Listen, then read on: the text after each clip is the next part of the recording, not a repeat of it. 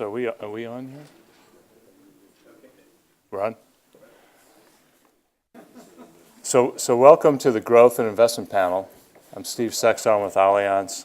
And I'm here to tell you this is the return to conventional panel, the return to normal. And so the topic is growth. And the good news is the rules for growth haven't changed. It's two and only two things. It's how many people are working and how productive they are. And how productive they are comes from investment in human capital, ingenuity, and investment in physical capital. And so that's kind of how the panel's organized today. And so what you'll see is Patrick Foley, who's the chief economist at Lloyd's. And I'm going to ask you to read their bios as I'm kind of doing this intro, just to save time, because I don't want to steal their time. Is going to start and just kind of give us an overview of where we're at and what the challenges are about growth. Filippo De Moro is going to talk about micro-level productivity work he's done. Filippo's with the European Central Bank. He's a senior advisor, and he's chairman of what's called CompNet, which is a collaboration with all of the central banks in Europe looking at competitiveness and microdata. And so he'll be the middle presentation. And then the final presentation will be from Deborah Rovitella, who is with the European Investment Bank, and she'll talk about capital flows and investments and the links back to real growth. We're going to try and do that in the first 40 minutes or so, 45 minutes, and then I'll give us some time for questions. So with that, my only job is to keep everybody on time. Thanks. Patrick?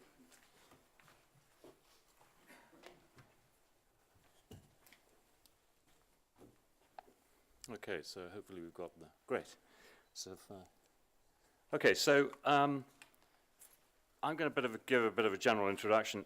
For me, I think there seems to be two aspects to Europe's growth problems.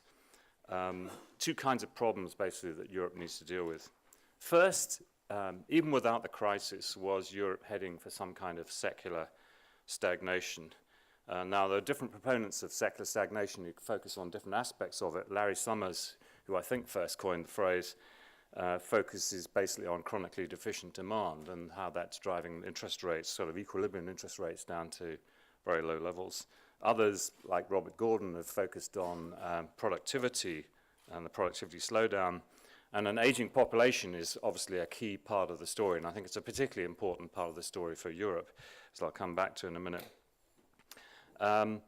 Adding to the threat of secular stagnation in Europe, though, and I think Europe, in a sense, has a bigger secular stagnation problem than almost any other part of the world, the Eurozone has doubled up its growth problems by the way it's handled the crisis, with severe austerity being imposed on the periphery at the same time as there was no offsetting, if you like, fiscal boost in the core, with monetary easing effectively maxed out at the lower bound. That severe austerity has led to a sustained shortfall in demand and a double-dip recession. And the lack of growth has resulted in some pretty unpleasant debt dynamics in many countries, plus further drops in an already weak investment story and high levels of long-term unemployment. That's not only bad for short-term growth, it's clearly very bad, I think, for long-term growth. So Europe, in a sense, for me, risks the worst of all possible worlds, a falling growth trend made worse by the fact that it's not going to find it easy to catch up the ground lost in the Great Recession. What the authors of a recent Geneva report on deleveraging called a type 3 crisis, a decline in the growth trend and a recession from which you never fully recover. So let me, with that sort of overview, set the scenes a bit. Now, even if nothing else happened, European growth was always going to be impacted by population aging. Every country in Europe is affected, as you can see from this chart, so that by 2030, the old age dependency ratio, the proportion of people over the age of 64 divided by those in the 15 to 64 age group, that age dependency ratio will have reached nearly 40%. And even with rising retirement ages, that's going to be a drag on growth. And the worst impacted will be Germany, which will see one of the largest rises in its dependency ratio, reaching a level of approximately 50% in 2030. In other words, almost 1/3 of German adults will be aged over 65 by that time. Now, Germany doesn't necessarily have to deal with a declining working population if those in work become more productive. And I, for one, don't think we've yet seen the true impact of new technology on productivity. Just as with the introduction of past general-purpose technologies, the full impact is only really seen when firms are transformed, fully transformed the way they work to take advantage. And so far, we've only really seen firms integrate new technology into their existing work practices, incremental change, not fundamental change. So there are reasons for being optimistic about the impact of new technology. Indeed, as the chart shows, the OECD projects faster Eurozone productivity growth in the next 15 years than in the 15 years that preceded the crisis. However, that growth per worker, even in that world, has to offset the declining number of workers as populations age.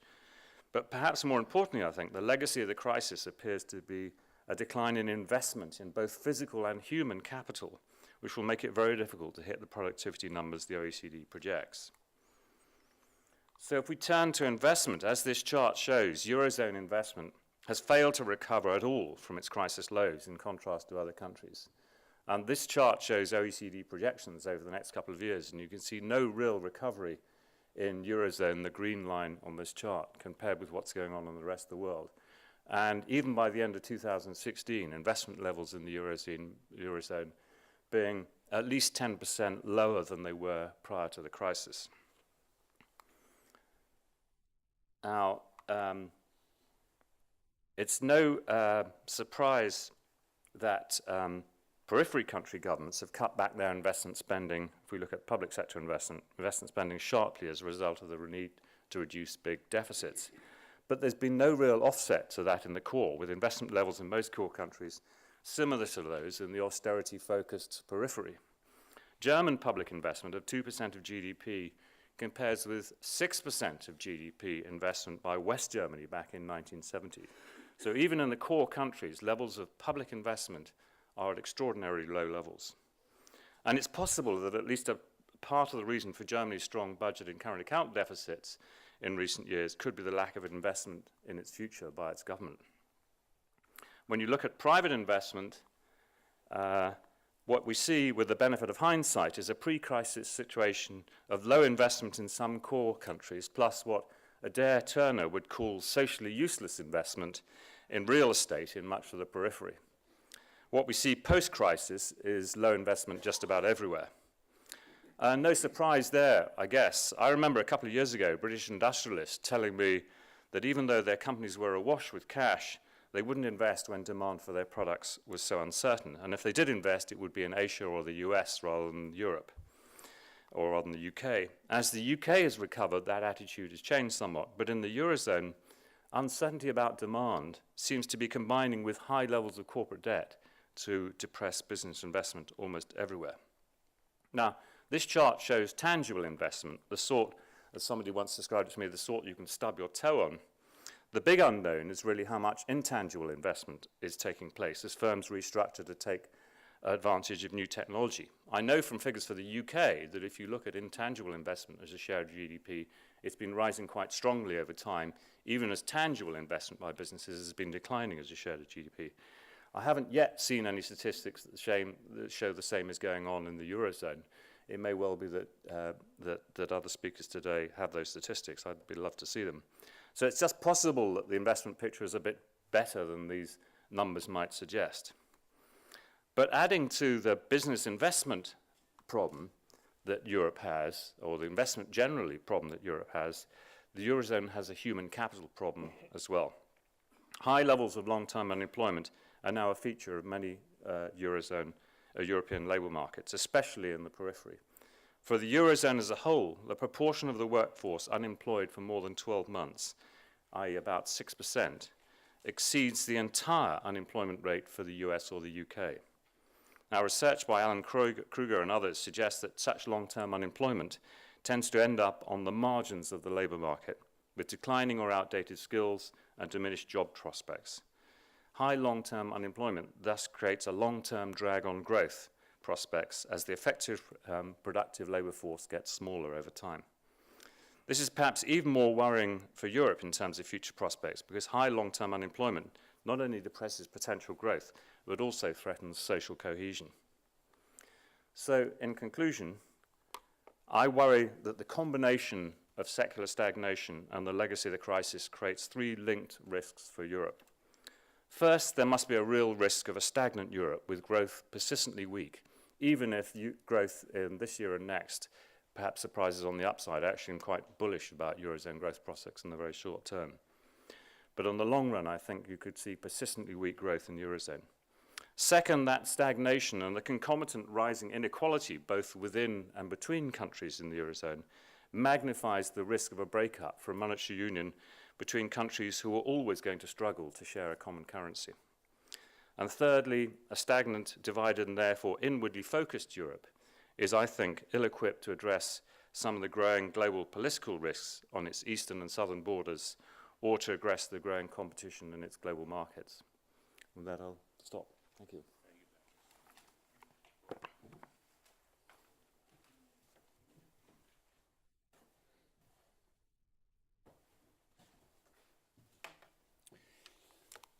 So, good morning, and first of all, thank you very much, Banque de France, to host this very interesting meeting, and thanks for the invitation by GIC.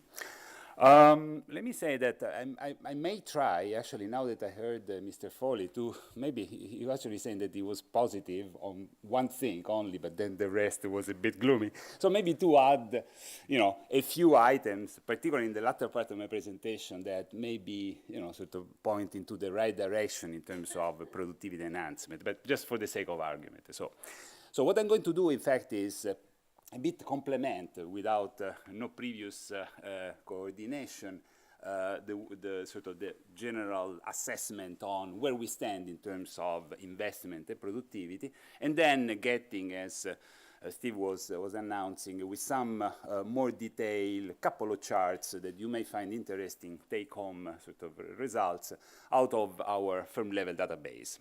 So let me sort of say, therefore, that so we are in a situation of sluggish economic activity.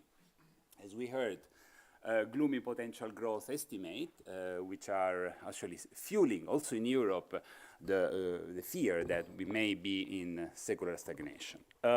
So in particular, what is critical, as was mentioned before, is the drop in investment. So now, what I'm going to dwell in these 10 minutes or 12 that are remaining, so is first looking at the underlying factor for this decline, and sort of look for some potential positive news in the medium-term outlook, reporting, as I said, on the micro-evidence that we are gathering right now. So let me start on the big picture. So what you see here is the output in the euro area. You see the down is actually the actual output, and you see the potential GDP estimates that have been revising consistently down from 2008 to 2014. So the picture, actually, according to everybody, is rather gloomy. So in terms of actual development, as well as forecast sort of developments going forward in terms of potential. Now, one interesting picture that I think complements what Patrick was mentioning on the aggregate investment is a couple of messages out of this slide. First of all, that really the sluggish GDP development in the last few years are in fact an investment story, because if you look at GDP excluding investment, is actually not as negative as the GDP actual. And what is again complementing what was said before is that the story is a private investment decline. In fact, on the right hand side you can see how the investment by sector, and you see that in fact the most part is the firm level, that is in fact was the highest share, but the share of this is actually decreasing because of the sluggish So it's not a government story given by fiscal construction and so on, but it's very much a firm level story, so an enterprise story. Now, another story going on also in terms of investment development is the fact that, in fact, is very much also not only a firm story, but is a firm of the stress countries. So if you look at developments of the investment ratio, actually this is coming out of our database, it shows you that the median values of investment, in fact, is keeping up for as far as sort of the non-stress countries are concerned, but declining consistently as far as the stress countries are concerned. So that's a picture. Now, how is this sort of reflected into the picture of productivity? Well, it reflects basically in a picture of, again, rather sluggish sort of developments. So what we have here, I think is just astonishing, this picture. So basically what it tells you is that, okay, this was the TFP growth in selected euro area countries and in relation to the United States. So look at the phase before the crisis. You see that the United States was higher in terms of TFP growth. Then the crisis actually dropped down the TFP growth for all the euro area, while instead for the United States, in fact, I'm still comparing now President, I'm just comparing the US and the euro area, and basically showing yet again that actually you're doing better than us. So the crisis, in fact, is in fact affecting much less the United States in terms of TFP growth. And then in the phase of recovery, you see that, again, the United States is the one that is projected to going up more strongly, while the euro area is actually, so although the picture of no-stress countries is somewhat reassuring. Okay, let me go into a couple of items related to what can we do for that. Is stagnation inevitably secular? And of course, you can have two kind of set of arguments or observation. On the one hand, you want to see what's happening. You know, we were mentioning that. So the underlying factor is the long-term demographic trend that, of course, you cannot change. But there are a couple of factors that you may change also through policies. On the one hand, you have that you can sort of improve the overall average environment for investment. And this is through, for instance, lower cost of capital. And this is happening in somewhat. ECB comprehensive assessment will be favoring this. The new single supervisory mechanism, completing the single market capital, this will be, of course, conducive to that. But one thing that I want to, again, concentrate now for the last 3 or 4 minutes is, in fact, the story of productivity gains coming from structural reforms, which are actually coming from the reallocation of resources. So not only hiring the average sort of the productivity, but rather thinking about how you can sort of shift resources from the lowest productive to the highest productive part of the firms. And let me tell you why we are comforted that this is one important channel. Well, that's the picture that we have if we look at the productivity distribution of EU firms. Now, one thing that you notice immediately, and of course, if you are familiar with this literature, is very well known, is that the distribution of productivity, in fact, is not a symmetric distribution. It's very much an asymmetric, skewed distribution, okay? So it's not really that you have a medium and then sort of low productive and high productive symmetrically distributed, but rather you have a lot of low productive firms on the left-hand side, and then on the higher part, a few presumably large, high productive firms. So now the story, therefore, is when you move the average, you try to move up the whole thing.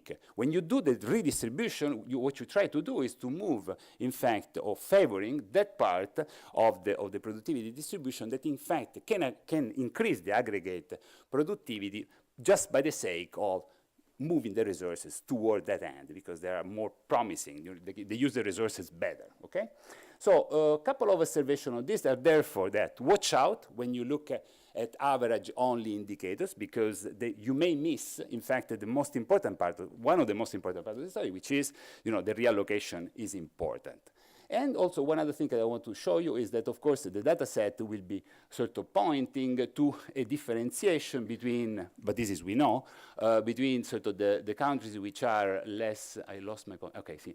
So the countries which are actually less stressed, like Austria, Belgium, etc., which tend to have a fatter tail here and a sort of a larger possibility of moving the resource there, and countries such as Italy, Portugal, and Spain, in which you can see that the level of productivity is lower, and also they tend to be more symmetric, less space for reallocation of resources. This is an important point. Because in fact, what I'm going to say as the last two slides are basically examples of sort of checking of the results of the structural policies, looking at how the different parts of the distributions have reacted to certain shocks. And I'm going to look at financial constraints on the one hand and reallocation of labor, okay? So let's see if I can be clear in my explanation here. Okay, so what we have done is, in Component, we have constructed a sort of an indicator of financial constraints. This is based indirectly upon a survey. So we basically can classify the firms as being less financial constraint or medium or more financially constrained. So they're basically asking for credit. They were not actually given the credit, okay? So now we have a couple of observations, and what we have been putting is, we have been contrasting the being financially constrained with the productivity of the firms, okay? So we can basically see whether the financially constrained firms, or mostly constrained firms, are the ones that are least or most productive. So what you would expect in general by this. I guess what you would expect, and this is what we found in the data, is that the most productive you are, the least financially constrained you are. So you have a negative correlation, and this is shown here. So you see here that you have sort of, for the non-stressed countries, you have the least productive are here, okay? And you can see that either the blue and the red, or the red, are actually showing more financially constrained. And there is a negative correlation because the more you go into the most productive part of the curve, the least constraints are the firms. So in principle is as you expect, correct? So now let's see, the observation is that it's valid also for the stressed countries, okay? So this negative correlation. Now, how can we use this data? Well, the question would be, was the crisis actually having an impact on this distribution, and how, and for what countries?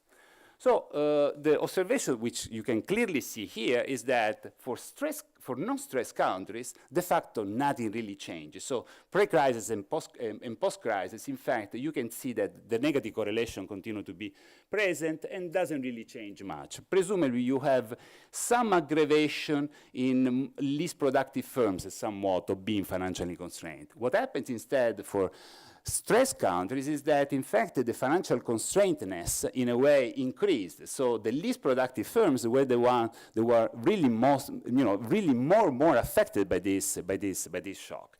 So, is this, what does it tell us? Well, I'll take it actually relatively positively, this, because what it means is that, given that you have possibly, a less amount of credit available, the credit is actually better redistributed, in a sense, towards the part of the distribution that deserves the most. Now, final chart on the same sort of micro-interpretation story, which is also, I think, a good news. So what we have done is checking at the change in employment for Belgium and Germany and Portugal and Spain for the construction sector. So we know that the construction sector was very much in bubble situation, so it's actually a case in point to see what happened. So let's see. Clearly, in Portugal and Spain, if you look before and after the crisis, you have, as expected, the employment was actually going down across the board. particularly for the firms which were least productive. Okay, so in the sense that this is something that you would expect. I mean, they were getting out of the markets, or they were, of course, affected by the crisis very much because they were least productive. Not really much change in Belgium and Germany, correct? So as expected, is a story of Portugal and Spain, so countries which are affected by the bubble. But then let's see of the reallocation story. The reallocation story, we look at it by looking at changes in the market share in labor, okay? So what you notice is that while again in Belgium and Germany doesn't really much, there is no much of a change, in Portugal and Spain, very clearly, you have a situation whereby the labor share of the most productive firms is increasing. So the size of the firms of the better quality is in fact increasing. So meaning that in a way, if you recall the curve, we are using much more the fatter part of the tail, so reallocating in fact where the resources should be. I conclude here, but open to questions later. Thank you very much.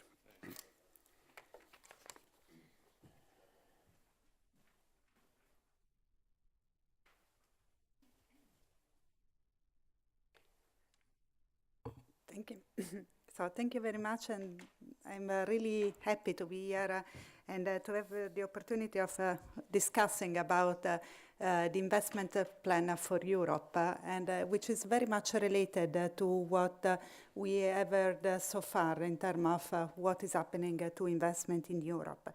What I'm going to talk about is a bit of putting it into context, but is one of the big policy reaction of the EU institutions in the last year, and it's this plan. I'm sure that, I hope that most of you have heard it. It's called the Juncker Plan or Investment Plan for Europe, and is the idea of having a specific program to support investment in certain specific sectors that are crucial for EU competitiveness, and to do it at the European level, so not at the central, not at the single member state level, but at the European level, and leveraging on European funds and allowing it to complement private sector funds to support investment activities. So.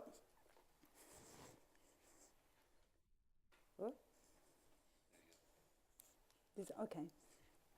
Where do I start?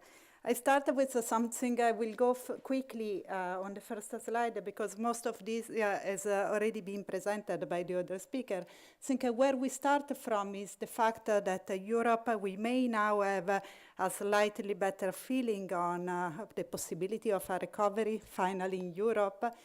With most of the countries turning toward expected positive growth for the next year. But for sure it's not the end of the story. Europe has a big issues in terms of potential growth or a long-term growth, and this is really the challenge that Europe has to tackle. So short-term measures or ways to bring back growth only in the short term are not enough. Europe really has to do something in terms of potential growth and addressing that.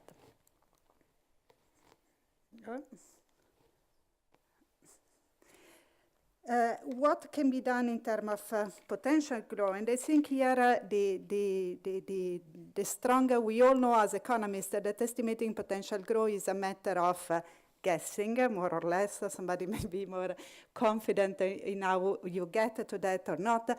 What we have recognized is actually that most of the forecasts that are done on potential growth for Europe basically see a strong revision of the forecast over time, and that's coming from a strong revision of productivities, and also capital is playing a strong role in determining this revision of potential growth. And I think, before I go to the slide, I have a piece in between, and I take a lot of what Filippo has already mentioned. And capital is also an issue, and investment has definitely dropped during the crisis. It has been, in most of the countries, well below depreciation. And I think it's a matter of, exactly like Filippo was showing, it's not only a matter is not well distributed among countries, it's affecting much more vulnerable countries than the core, but is well distributed also in the core, I would say. It's a matter of public investment, but I think it's also a matter of private investment, but it's also a matter of public investment. And I think here the bigger difference is probably starting from 2010-11, where a bigger switch in the European policies on the fiscal side has been felt. Somebody, I think Patrick was mentioning intangible capital, and on that, I think the data for the Eurozone are kind of optimistic in the sense that intangible capital was being affected much less than other form of investment in Europe. What is the trick is that Europe always had much lower intangible capital than other countries. So even if less affected, is still a big gap for Eurozone overall. Then the other important point to touch is why is investment so affected in Europe over the crisis? And I think here a lot has been said already by the other speaker. I think we have a matter of uncertainty of economic development, uncertainty of policy reaction in a number of cases. A lot of projects have also been blocked over time because of economic uncertainty, but also because of regulatory uncertainty. In a lot of countries, the fiscal condition has changed, and that has put a lot of uncertainty on a certain number of projects. And then there is a matter of misallocation of resources per crisis, and you have to reallocate the resources, and I think, again, Filippo was showing that quite a lot. And the other evidence that is important is that corporate all over Europe, and I think with the only exception probably of Spain and Portugal, have become net lender to the rest of the economy. They have been saving and becoming net lenders. That means that they had the financial resources to finance investment projects if they wanted to. So access to finance was an issue, but was an issue probably for some firms, probably more small and medium enterprises, and was an issue in some of the countries, but not all.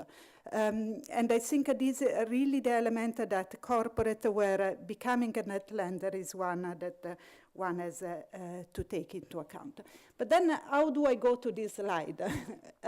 We were saying we wanted to have a plan to support investment in Europe. We wanted to have a plan to revive investment. But if access to finance is not the main impediment to investment, what do you do? Because what we can do is supporting via finance with a public policy initiative. And what we did was basically, this analysis is coming really from the micro level. We were asking all our expert engineers, economists working on single sectors, and we were trying to ask, how much do you think Europe has a gap in terms of important investment in a certain number of sectors?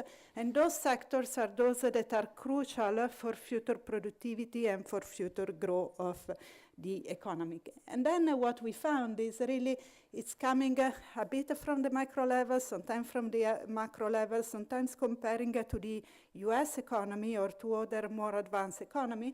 And here are the number of the investment shortfall. You can call it in different way. I think a shortfall is not the right word, but it's a kind of investment that should happen. There is a room for investing in these sectors to try to improve the competitiveness of Europe.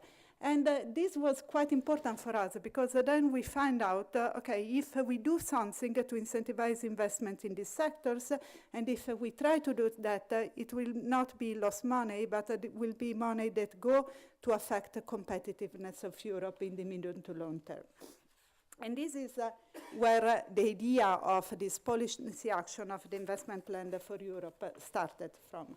As you can see, the sector is R&D investment, industrial modernization. I think Europe needs to do a lot to take all the advantage of modernization into industrial production. Then definitely we have finance for growth, human capital, education facilities, and also education spending, and then definitely the infrastructure investment, broadband, data center, energy transport, and environmental rehabilitation. But we come to really high number of investment that should be supported. Before designing, so that gave us ground to say we want a plan to support the investment in Europe. And then the other point was what should we do? What kind of finance should we provide? And we started from the evidence. This is a very simple way of putting it. I think we find evidence that there is a lot of liquidity, and I think even more after the quantitative easing. There is a lot of liquidity in the market. There is not much risk-taking capacity. There is not much risk-taking capacity because a lot of crucial sectors are deleveraging. The public sector in most of the country, there are much more fiscal constraints, and then the banking sector, despite probably after the asset quality review, single mechanism, a lot of restructuring has come, but it's clear that for most of the banking sector, capital is constrained rather than funding. So the idea was that let's try to define something, a program that is going toward more risk-taking and that can leverage on the liquidity that is in the market for co-financing a project. So this is the rationale of what we have been designing. And then what is the investment plan for Europe? The investment plan for Europe is the combination of different elements. There is one part that is a kind of wishful thinking, but there is a lot of pressure on that. The idea is you want to come to an environment where investment happens, not only because it's incentivized, but because it happens. There are rationale for having it. And then you need, definitely, this is at the first part of the investment plan, you continue to need structural reforms. You need to work on the internal market for Europe. This is the big loss of opportunity in some sectors that Europe has. I think the two elements that the Commission is putting forward and pushing a lot are the energy market and the capital market union. And this is more on the regulatory institutional side and the structural reform side. And then you have the third element, and the third element is this FC, that is a fund that is will be managed inside the European Investment Bank. This will have at its disposal 21 billion euro that will, through leveraging and through increased activities on our side, increase recourse to the market and issuing of bonds, will lead to 315 billion of additional lending in the next 3 years. And as said, this will be very targeted in terms of sectors, with the idea of tackling sectors that are crucial for European competitiveness. This will only go to good projects that have economic rationale and economic rate of return sufficiently high, and will go into more risk-taking in terms of our own intervention in the market to leverage on the liquidity which is present in the market. There is also a strong component in terms of advisory and coordination of project preparation that we think is crucial in a moment in which, particularly on the public sector, investment has been not on top of the agenda, and with investment not on top of the agenda, projects may not be there. So you need some stimulus in order to have this project restarting. Does it really matter? This is one of the questions more for the European. A lot of Europeans have said, does it really matter? Does it make the difference? I think it's important to say that this plan is a well-designed plan, but is one of the elements of the policy response and the support to investment in Europe. It's concentrated on specific subset of investment, and those are really merit goods. So these kind of investments that are particularly effective in supporting future productivities. We are talking about 105 billion per year for 3 years. what does it mean? I go quickly. It's a bit less of 1% of GDP, is 4% of investment, is 26% of public investment, but is also 12% of investment in those specific sectors. So it's something, it has its own value. It's not going to be a counter-cyclical response to the situation of investment, but being specifically targeting this sector, in those sectors, and for European productivity can make a difference. The other point that I wanted to add is, and it's also the good part of the story, is coming, it has to come with the structural reform, but it's also coming with a positive shock coming from oil prices and also the quantitative easing that would make effects more visible. That's all on my side. Thank you very much. So we have some time for questions before lunch. If I could summarize, I think Patrick gave us a thoughtful perspective of why it might be rational to be a pessimist. Filippo had some interesting data. There's actual change happening, and it's the kind of reallocation change you'd want to see. And Deborah says she has all the money. So, but we can take some questions, please.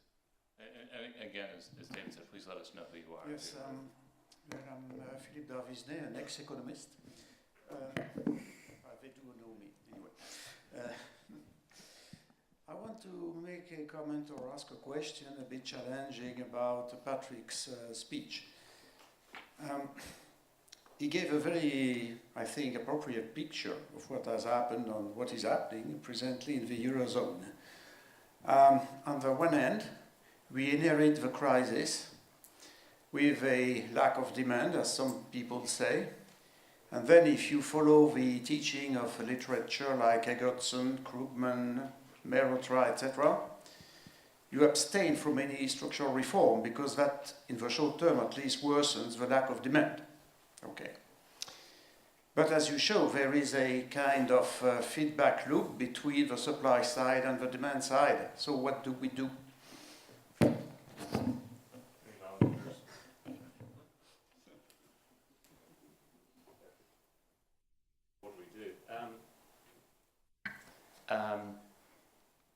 Well, in a sense, it's kind of too late to ask that question, isn't it? I mean, we've done it, unfortunately. We've done some silly things, and I think we're living with a legacy of that. I'm not sure what we do. I mean, I think we do need to encourage a lot more investment in Europe. I worry about the Juncker plan. I'm not sure it's going to be either enough if we do get to the 315 billion, or whether indeed we'll get to the 315 billion, and whether that's actually additive on top of other things, or whether it's subtracting stuff from other programs. So, 0.8% of GDP, or I think it was 3.9% of investment, still only closes a very small part of that sort of investment shortfall that you've seen in the Eurozone since the crisis began. So, that helps, but it's not enough. I think. Please go ahead. On one side, I agree. I think I agree that it helps, it's not enough. The important trick, I think, is the concerted effort of all European, even government of member states, to put investment as a central policy argument of debates, and trying to do something for creating an environment where investment happens, and that at the same time having the stimulus that goes exactly in the areas that are more critical, and those are the areas where you would normally have market failures. So you have a combination of the two things. One is more a softer element, and is trying to re-put investment at the center of individual member state actions, and the other side you have a targeted, more chirurgical initiative towards specific sectors. Don Miller with Strategas Research in New York. My question is looking at the timing of when investment slowed. It seems to be related to when deflation fears kick in. So the question is about the timing of when investment slows and how that could relate to deflation fears. Looking at some of the charts, when we look at Japan or the US or the Euro area, when deflation fears kicked in seems to be about the time when investment slowed. Is that a reasonable hypothesis? And if we believe that central banks have taken steps to address deflation fears, could that be a positive for the future? Well, I'll give you an initial response. I mean, I think that the timing, there was a sort of double dip in European investment, as you say, and there's a double dip in the European economy overall. I mean, I think essentially the two coincided. Basically what you had was the sovereign crisis in Europe, which I think led to both the decline in investment, decline in GDP, and awakened deflation fears. So I'm not sure the deflation caused the investment problem. I think the crisis caused the investment problem.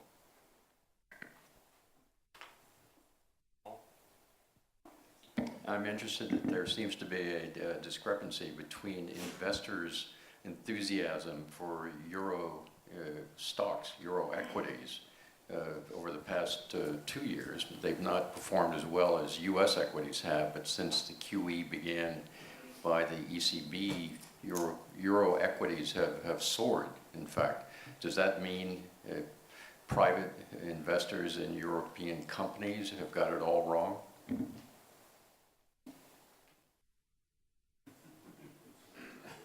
You know, I'll add one comment on that. If you look at earnings in the Eurozone, they kind of match all the charts you saw, which were pretty dismal.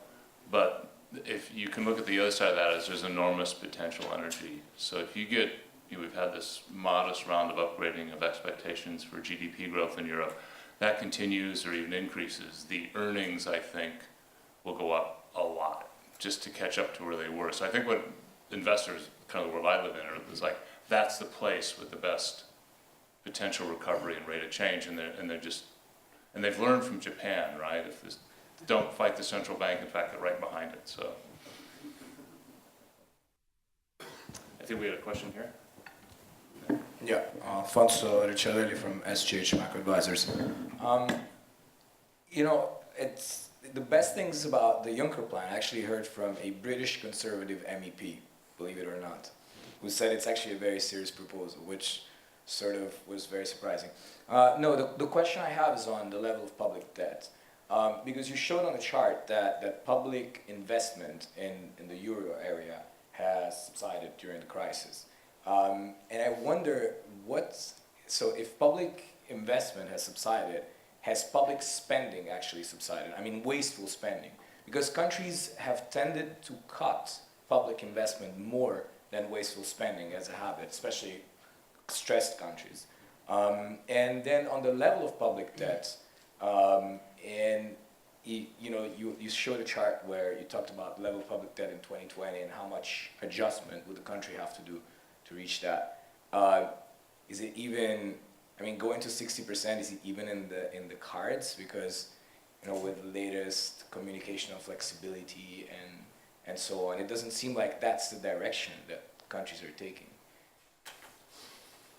Okay, so I think that it relates a bit to a couple of other questions before. I think what is the interaction between the structural reform and other policies? I think that's the bottom line here. I think I want to make 2 comments on that. First is the story that, as a bit Patrick was mentioning, the problems were there. Yes, it's true. It was not the crisis. It was presumably much bigger than the crisis. Europe has been,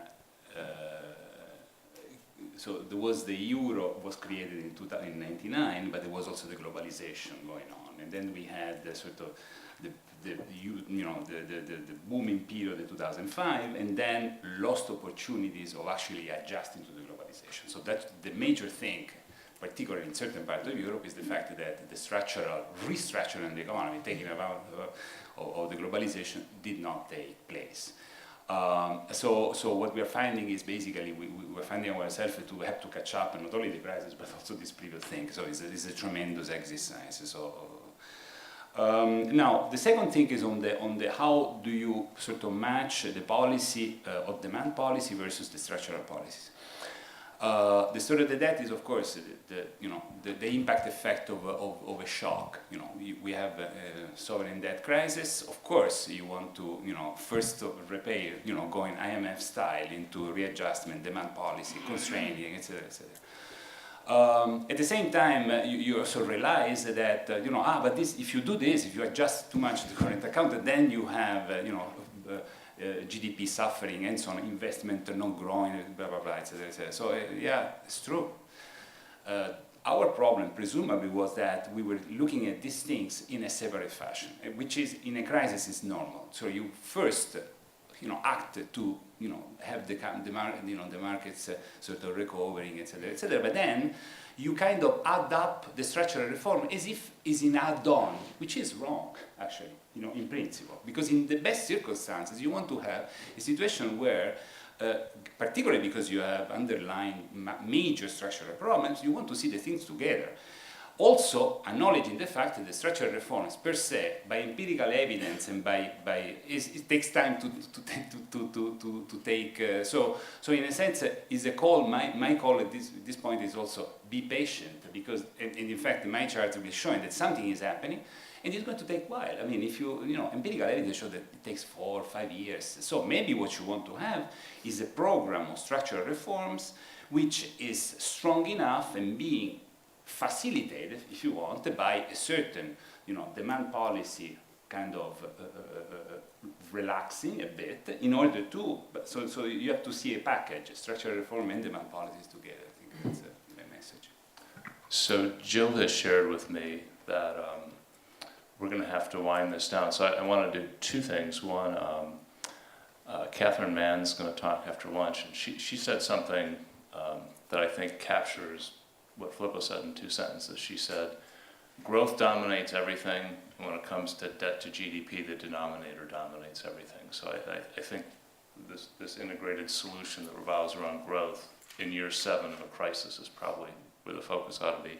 The second thing I want to do is join with what John and David did this morning and thank Governor Norier for this wonderful hospitality over the years and the commitment to this kind of discussion. So I just want to say thank you.